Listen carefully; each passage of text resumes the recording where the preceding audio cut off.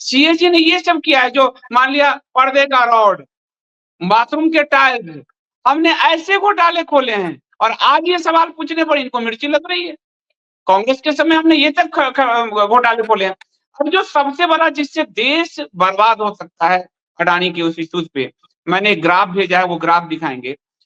भारत सरकार 2014 से पहले पूरे 55, 65, 63 साल में भारत पर $55 लाख का विदेशी कर्ज था। मोदी सरकार जब आई तो विदेश का कर्ज भारत पे करीब 2.5 लाख करोड़ हो गया। इस समय अडानी पर भारत का जितना करोड़, भारत ने विदेशी कर्ज जितना लिया है उसके आसपास करीब 2,20,000 करोड़ का कर्ज अडानी पर है, और जिसमें से 42% कर्ज भारत के बैंकों ने दिया है। जो आज ये झूम रहे हैं लोग दक्षिणपंथी, अगर अडानी कोलैप्स करते हैं, भारत की पूरी बैंकिंग सिस्टम कोलैप्स कर जाएगी। इस बारे में आप क्या कहेंगे? मैं कहूंगा ये अगर आंकड़े दिखा सके अमरदीप, मैंने एक ग्राफ भेजा है, अगर वो दिखा सके जी। ये देखिए, इसमें जो विदेशी, अब अडानी ने जो कर्ज ले रखा है, डोमेस्टिक कैपिटल मार्केट से 5%, ग्लोबल कैपिटल मार्केट से 23%, ग्लोबल बैंक से 27%, और डोमेस्टिक बैंक से, और सबसे ज्यादा सरकारी बैंक है एसबीआई आदि 42%, एलआईसी मिडिल क्लास का पैसा 42%। अगर ये 2 लाख करोड़ जो इसमें आया कि उनकी क्षमता से ज्यादा, अगर आपकी क्षमता अक्षय जी, आपकी जो क्षमता है, मेरी जो क्षमता है, और उससे बैंक हमको उससे ज्यादा कभी लोन नहीं देती, होम लोन लेना चाहे, कोई लोन लेना चाहे।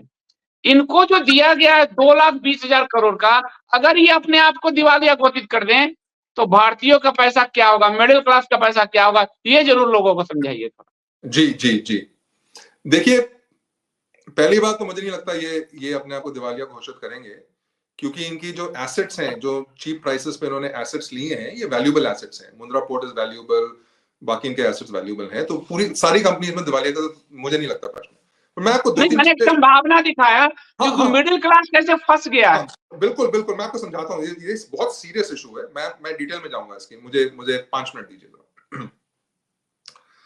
देखिए, जब हम किसी भी कंपनी की जो उनका डेट है वो देखते हैं और हम फिर वो विश्लेषण करते हैं कि क्या ये डेट उनकी क्षमता से ज्यादा है कि नहीं, हम बेसिकली डेट इक्विटी रेशो देखते हैं, वो एक चीज देखते हैं, और फिर हम देखते हैं अलग अलग किस्म के रेशोज होते हैं, हम डेट कवरेज रेशो देखते हैं। मोटा मोटा बात ये है कि इसका टोटल डेट है $31 बिलियन, ठीक। अगर कंपनी की जो एक्चुअल वैल्यू है वो है लेट्स से $60 बिलियन, सारी कंपनीज मिला के, तो ये डेट उस कंपनी के एक्चुअल वैल्यूज का 50% है, ठीक है, काफी ज्यादा है। बट अगर वो company, but 50% of the actual value of the company is fine, ये by itself it is not a issue. बात है कि उनकी कैश फ्लोज कितनी है, क्या आपके पास इतनी कैश फ्लोज हैं कि आप इस डेट को सर्विस कर सकें। सर्विस करने का मतलब इस पे इंटरेस्ट पे कर सकें, और जब डेट मैच्योर होगा क्या आप उसको रिटायर कर सकते हैं कि नहीं। जहां तक मेरा एनालिसिस है इस पे, अदानी ग्रुप की जो कैश फ्लोज हैं वो स्ट्रेच हो जाएंगी थोड़ा, पर अगर सारा डेट इमीडिएटली नहीं आया तो उसको मैनेज किया जा सकता है, वो मेरा ये एनालिसिस है। बट प्रेशर आएगा उन पे डेफिनेटली प्रेशर आएगा। प्रॉब्लम संदीप जी ये है कि अदानी ग्रुप की जब आप बैलेंस शीट पढ़े, उनकी प्रॉफिट लॉस स्टेटमेंट्स देखें, तो जो नंबर्स आपको दिखते हैं वहां वो सही है कि नहीं है, ये सबसे बड़ा प्रश्न आ जाता है। अगर मेरे पास 100% कॉन्फिडेंस था कि अदानी एनुअल रिपोर्ट्स में जो भी नंबर्स हैं वो सही हैं, तो मेरे लिए 2 घंटे का काम है ये एनालिसिस करना कि उनकी जो कैश फ्लोज हैं, क्या वो कैश फ्लोज सिक्योर हैं, और क्या वो कैश फ्लोज उनकी डेट को पे करने के लिए इनफ है कि नहीं है। पर चूंकि उनके जो नंबर्स हैं वो इटसेल्फ संदेहास्पद हैं, मैं अपना पर्सनल पैसा अदानी में कभी नहीं डालूंगा। और मैं आपको इतना भी बता दूं कि मेरी जो एसबीआई की होल्डिंग है वो मैंने आधी कर ली है अभी। जब मैंने ये देखा, मैंने अपने एक उदाहरण आपको देता हूँ अक्षय जी, एक उदाहरण देता हूँ। जैसे हम लोगों ने करप्शन से इतने खोले हैं, मैं तो खुद खोजी रिपोर्टर रहा हूँ। अगर आप देखिए, वो जो नीरव मोदी है वो भारत का बैंकों का ही तो पैसा लेके गया है, 12-13 हजार करोड़ जो भी है। मेहुल चौकसी 12-13 हजार करोड़, विजय माल्या 12-13 हजार करोड़। हमने जो जो अहमद भाई पटेल है कांग्रेस के, वो सोनिया गांधी का जो राष्ट्रीय सचिव थे, उनके दामाद बेटे की कंपनी ने 5,000 करोड़ रुपए आंध्रा बैंक से शायद लिया था, 5,000 करोड़। हमने इसे तो एक्सपोज किया है, पहले हमने इसे ही एक्सपोज किया है। और ये जो विदेश गए हुए हैं बिजनेसमैन, नीरव मोदी, मेहुल चोकसी आदि, विजय माल्या, वो बैंक का के कर्जा में ही तो बैंक ने उनको ओवरफ्लो कर्जा दिया, वो कर्जा नहीं चुकाने की स्थिति में भाग करे हुए। यही ओवरफ्लो तो यहाँ दिख रहा है, 42% दिख रहा है। LIC का पैसा चला गया इसमें। हाँ, तो संदीप जी देखिए, एक बात ये है, आपके सारे पॉइंट से मैं पूरी तरह से सहमत हूं, मैं पूरी तरह से सहमत हूं। मैं एक बहुत इंपॉर्टेंट पॉइंट बताना चाहता हूं आपको। इनका टोटल कर्जा है $31 बिलियन, ठीक है। $31 बिलियन इनके पास मिला कहां से? आपने एक्सप्लेन किया 50% बाहर से है, 50% इंडिया में है, ठीक। पर जब आप किसी से $31 बिलियन लेते हैं तो उसके लिए कोई सिक्योरिटी देनी पड़ती है। वो सिक्योरिटी दो चीजें हो सकती हैं, इंफ्रास्ट्रक्चर पे लिए या आपके शेयर। अदानी ने अपने शेयर्स पूरा का पूरा तो नहीं किया ऐसे, बट काफी जो कर्जा है, आई डोंट नो कितना है, 30% या 40% है, बट से 20 से 30% या ज्यादा भी हो सकता है, अपने शेयर्स की जो वैल्यू, जो मार्केट वैल्यू है, उस बेसिस पे ली है। इसीलिए ये समझना बहुत ही आवश्यक है कि जब अदानी ग्रुप की वैल्यूएशन, ओवरऑल वैल्यूएशन 30 बिलियन से 3 साल में 200 बिलियन तक चली जाती है, तब उनके लिए जो शेयर्स उन्होंने बैंक को दिए हुए हैं, उसकी जब वैल्यू ऊपर जाती है, उससे उनको ज्यादा कर्जा मिलता है।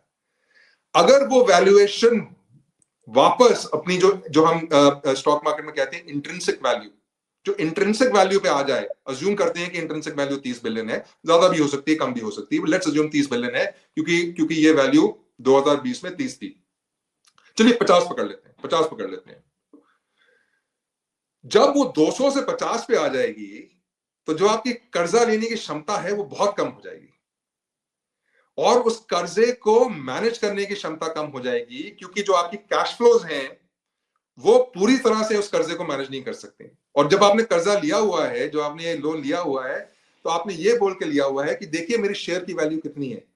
पर जब आपके शेयर की वैल्यू 3 साल में 20 टाइम ऊपर जा सकती है, तो आधी भी हो सकती है, आगे से नीचे भी आ सकती है। ये सबसे, तो इसीलिए जब हिंडनबर्ग की रिपोर्ट आई और अदानी ग्रुप की जो शेयर, अदानी की जो पर्सनल नेटवर्थ थी, वो करीबन 10 या 12 बिलियन से 100 बिलियन हो गई, 120 बिलियन हो गई थी, या 15 बिलियन से 120 बिलियन हो गई थी 3 साल में। और जब हिंडनबर्ग की रिपोर्ट आई, वो 120 से 60 हो गई, आधी हो गई। तो जैसे उसकी पर्सनल नेटवर्थ कम होती ऊपर नीचे जाती रहती है, वैसे ही पूरे अदानी ग्रुप की जो बोरोइंग कैपेसिटी है वो ऊपर नीचे होती रहती है। और उसका प्रॉब्लम यह है कि जब इंटरनेशनल कंपनीज वो कर्जा देना बंद कर देंगी, तो ये जो पूरा का पूरा 31 बिलियन को जो हमको सपोर्ट करना होगा, वो पूरा प्रेशर भारतीय बैंक्स पे आ जाएगा। बात ये है, अभी मैं आपको एक चीज बताता हूं, आज की डेट में अदानी ग्रुप की, अदानी की कोई company, I think Adani energy या किसी ग्रुप कंपनी के जो बॉन्ड्स हैं, उनको जंक के स्टेटस में डाल दिया है फिच ने। जंक कैटेगरी मतलब कि वो सेफ नहीं है। वो रेटिंग्स होती हैं AAA, AA, BBB, वो अभी जंक कैटेगरी में आ गई हैं आज की डेट में। कल की डेट में जो अदानी टोटल एनर्जीज एक कंपनी है, उसके जो टोटल एक फ्रेंच कंपनी है, बहुत बड़ी फ्रेंच गैस जायंट है, उन्होंने अदानी के साथ पूरा अपना रिलेशनशिप तो नहीं, उन्होंने बोला हम उसको एक पैसा और नहीं देंगे, हम फ्रीज कर रहे हैं, क्योंकि इसने हमें बताया नहीं कि इसके अगेंस्ट करप्शन चार्जेस थे। ठीक है, तो जब ऐसे प्रेशर्स आएंगे, तो जो पूरा का पूरा ये जो 31 बिलियन है, अभी इसका 15 बिलियन भारतीय बैंकिंग सिस्टम पे है, वो पूरा का पूरा प्रेशर भारतीय बैंकिंग सिस्टम पे आ जाएगा। और वो बैंक्स कौन है? वो नेशनलाइज बैंक्स हैं। तो जैसे कि आपने बोला, जब मैं आपको एक चीज बताता हूं। मेरे एक मित्र हैं, मुझसे जूनियर हैं, उनके पिताजी एक किसी नेशनलाइज बैंक के चेयरमैन थे। जब कांग्रेस का समय था, वो मुझे बताते थे कि उनको फोन आता था हेडक्वार्टर से, पार्टी हेडक्वार्टर से, कि इस कंपनी को पैसा दे दो। तो कुछ दिन पहले मैंने फिर से अपने मित्र से बात की, तो मैंने बोला कि आजकल क्या होता है, उनके पिताजी तो अभी रिटायर हो चुके हैं, उन्होंने पता करके मुझे ये बताया कि पहले जब अगर पैसा फोन आता था कि इस कंपनी को दे दो, वो 10 के लिए आता था, अभी फोन आता है 100 के लिए। तो दिस इज जस्ट, मतलब ये बोलने की बात होगी। ये ठीक कह रहे हैं आप। उदाहरण देखिए, अनिल अंबानी का उदाहरण लेते हैं, उनके करप्शन भी मैंने खोले हैं नई दुनिया अखबार में। अनिल अंबानी जब सोनिया की सरकार थी, मनमोहन की, तो आपको बड़े बड़े इंफ्रास्ट्रक्चर प्रोजेक्ट अनिल अंबानी को दिए जा रहे थे। जैसे आपको दिल्ली मेट्रो एयरपोर्ट जो है, एयरपोर्ट जो दिल्ली स्टेशन से और एयरपोर्ट को जोड़ती है, वो मेट्रो एयरपोर्ट बनाने का पूरा काम दिया गया अनिल अंबानी को। बिजली कंपनी जो दादरी प्रोजेक्ट है, वो गया अनिल अंबानी को। आर्म्स में अनिल अंबानी को। इसी तरह से पैसे बैंक दे रहे थे, लेकिन जब अनिल अंबानी पूरी तरह से दिवालिया हुए, तो बैंक की हालत, वो तो हम कर्जा चुकाने की स्थिति में नहीं है। वो तो मुकेश अंबानी ने कुछ कर्जे चुका दिया, वरना अनिल अंबानी जेल होते। तो सरकार अपने कट कमीशन के खेल में, नेता ब्यूरोक्रेट सरकार अपने काम तो कर देती है, लेकिन ओवरऑल ये पैसा बैंक में हमारा आपका पैसा है ना, हम लोगों का पैसा है ना, जिसके जरिए बैंक खेल रही है। ये पैसा इतना, और आप देखेंगे जो लॉ लेके आई है मोदी सरकार, आपके सिर्फ 5 लाख रुपए ही इंश्योर्ड है बैंक में, सिर्फ 5 लाख रुपए इंश्योर्ड है। अगर आपके 10 लाख रुपए हैं और बैंक डूबता है, जैसे यस बैंक का केस आया आपको, बहुत ICICI बहुत सारे बैंकों का आया, तो आपका 5 लाख रुपया गया, 5 लाख ही इंश्योर्ड है, जब कब मिलेगा? बैंक ने तो कर्जा दे दिया है इन लोगों को, अपनी औकात से ज्यादा कर्जा दे दिया है। तो ये स्थिति तो बहुत भयावह हो जाएगी। बहुत। और हाँ, देखिए, जब एक इंफ्रास्ट्रक्चर कंपनी एक प्रोजेक्ट करती है, तो उसकी जो कैपिटल रिक्वायरमेंट होती है वो बहुत बड़ी होती है।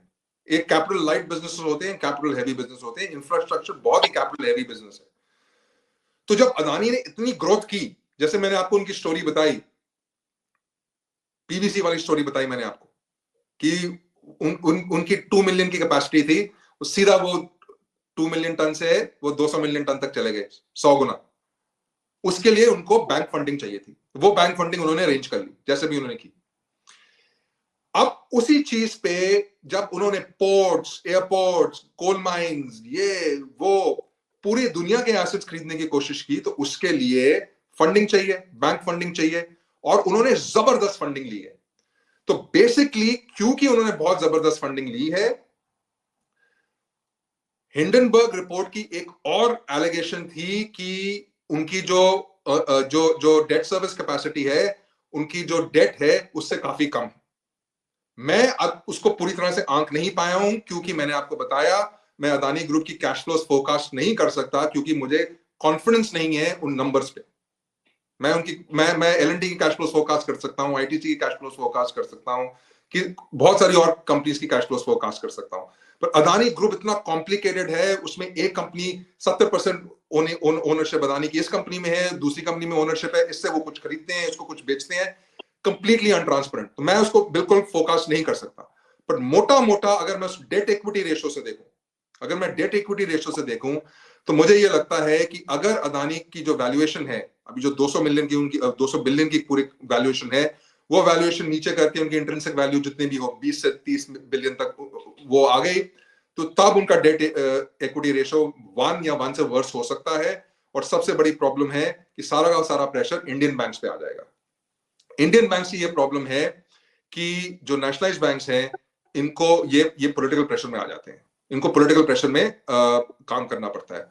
और मैं आपको एक दिन अभी मैं अपने एक नेशनलाइज्ड बैंक के मैनेजर से मिला हुआ था, लेडी मैनेजर थी, यंग है, और इतना रो रही थी, उन्होंने बोला था इस लाडली बहन स्कीम ने हमारा बैंक बचा दिया। ठीक है, महाराष्ट्र की है, वो महाराष्ट्र की बैंक है, और उन्होंने बोला कि लाडली बहन स्कीम ने हमारा बैंक बचा दिया। तो मैं ये बताने की कोशिश कर रहा हूं, जैसे आप बोल रहे हैं, कि ये सारा का सारा $31 बिलियन का प्रेशर, क्योंकि फॉरेन फंडिंग अभी बंद हो जानी है। ये आप मान के चलिए कि जो उनको फॉरेन फंडिंग है वो नहीं मिलनी। अभी भी उनका एक, जब हिंडनबर्ग का रिपोर्ट आया, तो उनका एक पब्लिक ऑफर चल रहा था यूएस में, बंद कर दिया उन्होंने पब्लिक ऑफर। उन्होंने बोला मैं करूंगा, बट फाइनली बंद करना पड़ा उनको पब्लिक ऑफर। अभी फिर से उनका एक छोटा सा कोई पब्लिक ऑफर चल रहा है, वो भी बंद कर दिया। तो बाहर से इनको फंडिंग नहीं मिलेगी, सारा का सारा प्रेशर नेशनलाइज्ड बैंक्स पे आएगा और नेशनलाइज्ड बैंक्स गवर्नमेंट प्रेशर के अंडर उसको लेंड करने के लिए फोर्स होंगे। तो जो प्रॉब्लम यूपीए के टाइम की थी कि यूपीए की वजह से बैंकों की बैलेंस शीट्स खराब हो गई थी क्योंकि क्रोनी कैपिटलिज्म की वजह से इंडस्ट्रियलिस्ट को पैसा दिया गया, वो पैसा वापस नहीं आया, फिर से यही हो सकता है। होगा कि नहीं होगा मुझे नहीं पता, पर चांसेस हैं, हैवी चांसेस हैं, और चांसेस हैवी इसलिए है कि नंबर्स बड़े लार्ज हैं। $31 billion is not a small number. Okay, इसका सोल्यूशन क्या है? मैं इसका एक सोल्यूशन दूंगा, लोग नाराज होंगे, पर इसका एक सोल्यूशन है। सोल्यूशन है कि अदानी ग्रुप को ब्रेक किया जाए। अदानी ग्रुप को ब्रेक किया जाए, उनके कुछ एसेट्स को बेचकर उनका थोड़ा सा डेट कम किया जाए और उनकी जो कॉम्प्लिकेटेड होल्डिंग स्ट्रक्चर्स हैं, इंटरलॉकिंग स्ट्रक्चर्स हैं, इनको सिंप्लीफाई किया जाए। और गवर्नमेंट ये कर सकती है। गवर्नमेंट कह सकती है। ये कैसे करेगी अक्षय जी? सेबी की इन्वॉल्वमेंट उसमें दिख गए थे। सेबी के फैमिली पैसा कमा रही है अडानी के यहाँ बैठ के, सेबी के पूरे चेयरपर्सन की फैमिली पैसे कमा रही है, कौन करेगा? सेबी तो हाथ में गया हुआ उसका। अब देखिए, ये तो कल को सरकार कहीं अमेरिका के तर्ज पे नोट न छापने लगे बड़े पैमाने पर। 2008 के बैंकिंग अमेरिका के ढहने की कहानी हम सबके सामने है। तो सेबी पे बात कर लेते हैं। आपने बड़ा अच्छा पॉइंट बोला, माधवी बुच। तो जैसा कि आपने बोला, सेबी के चेयरमैन है ये, ठीक है। एक जमाने में सेबी एक सॉलिड ऑर्गेनाइजेशन होती थी, लोग डरते थे सेबी से, अच्छा कंट्रोल रखती थी।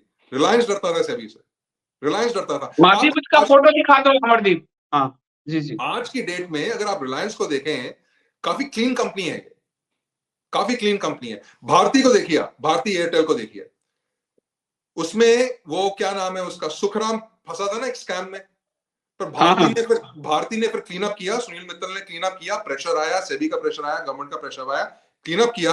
और आज की डेट में अगर हम भारती को देखें तो हम भारती को कहते हैं रफली क्लीन कंपनी है, क्लीन कंपनी है। इसके जो नंबर्स हैं उनको हम बिलीव कर सकते हैं। नहीं, माधवी बुच की आई थिंक पिक्चर बोल रहे हैं, माधवी बुच लेडी है। हाँ। मैं उसका भेज रहा हूँ फोटो। हाँ, तो मैं ये बताने की कोशिश कर रहा हूं कि सेबी का ये काम है कि इन्वेस्टर्स को प्रोटेक्ट करे, निवेशकों को प्रोटेक्ट करे, इंडिविजुअल इन्वेस्टर को प्रोटेक्ट करे। अगर सेबी की जो चेयरमैन है उनका जो पति है वो कंसल्टेंट है बड़े बड़े कंपनीज के लिए, तो ये मैसिव कॉन्फ्लिक्ट ऑफ इंटरेस्ट है। और सेबी की जो चेयरमैन है, जो उनके पति है, उनकी कंसल्टिंग कंपनी में ये मेजॉरिटी शेयर होल्डर है। तो आप ये सोचिए कि आपने एक ऑर्गेनाइजेशन बनाई जिसको बोला कि तुम सारी कंपनीज को चेक करोगे कि ये शेयर होल्डर के साथ, माइनॉरिटी शेयर होल्डर के साथ कुछ गलत ना करें, क्योंकि किसी भी बड़ी कंपनी में प्रमोटर और हमारे बीच में एक मैसिव पावर डिफरेंस है। हम छोटे से कीड़े मकोड़े जैसे लोग हैं और ये बड़े लोग हैं। तो माइनॉरिटी शेयर होल्डर को प्रोटेक्ट करने के लिए बहुत सारे एक्ट हैं। पूरी कंपनी डिपार्टमेंट है, डिपार्टमेंट ऑफ कंपनीज है, कंपनीज एक्ट है, और सेबी का काम है कि कोई भी कंपनी में कोई अकाउंटिंग फ्रॉड हुआ, कोई सिक्योरिटीज फ्रॉड हुआ, कोई गलत इंफॉर्मेशन इन्वेस्टर्स को दी, पूरी ट्रांसपेरेंट इंफॉर्मेशन दी जाए, वो ये करते हैं। पर माधवी बुच एक कंसल्टिंग कंपनी में पार्टनर हैं, ओनर हैं, और वो कंसल्टिंग कंपनी वेरियस कंपनीज के लिए कंसल्टिंग करती है जिनको माधवी बुच की सेबी कंट्रोल करती है। तो इतना मैसिव कॉन्फ्लिक्ट ऑफ इंटरेस्ट है। आपने हिंडनबर्ग की बात की, लोग कहते हैं कि हिंडनबर्ग शॉर्ट सर्किट। एक सेकंड अक्षय जी, जो आजकल लोग दक्षिणपंथी माधवी बुच को बचाने जाते हैं, यही केस तो चंद्रा का आईसीआईसीआई में था, सेम लगभग केस। चंद्रा वेणुगोपाल धूत को, वीडियोकॉन को, मैं उसके पति को जॉब में डाल रखी थी और यहाँ से मैसिव कर्ज दे रही थी, जिसके कारण वीडियोकॉन और आईसीआईसीआई डूबते बचा। तो ये तो उससे भी बड़ा है, ये तो प्रतिभूति है, ये तो सेबी का मैटर है। करेक्ट, मैं ये बोलने वाला था कि ये चंदा कोचर से 100 गुना वर्ष है, क्योंकि 100 गुना ज्यादा बढ़ रही है। क्योंकि तो मुझे ये आश्चर्य है कि चंदा कोचर को जब हम एक्सपोज कर रहे थे तो बहुत अच्छा था, माधवी बुच को एक्सपोज कर रहे हैं तो दक्षिणपंथी को इतनी परेशानी क्यों होती है? यानी दक्षिणपंथी करप्शन के साथ कोलैबोरेशन कर चुका है।